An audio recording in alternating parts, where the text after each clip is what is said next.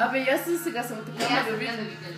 Светла, я кажи. Така е, нали? Нали чуш да казвам, че сегашното си всичко не би го сменила за преди 20. Значи най-хубавото предстои. Абсолютно. Това за всяка възраст е валидно, нали така? Да.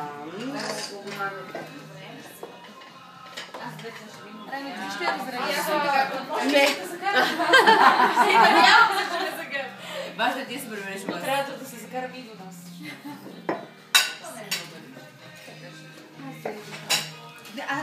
Докато видят свещичките ги отнесоха, не бяха толкова. Чак толкова много конкретно тази малко. Добре, не турът не малко. Свещички са много.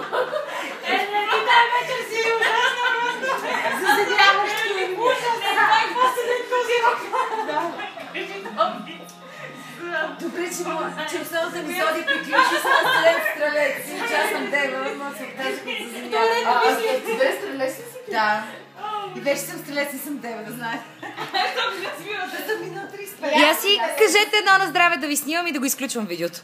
О, и видео си имаме. О, на здраве. Здраве, че дойдохте. Ще ни хванеш ли? Ми, ще се опитам.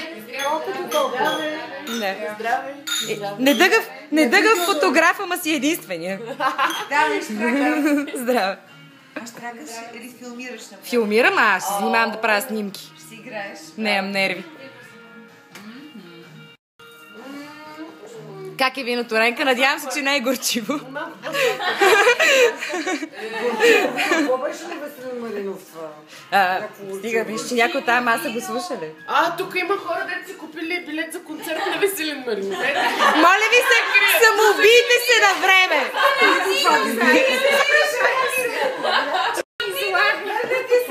Това беше като клевете. Има и група във Фейсбук. Да накараме Веселин да спре да пее.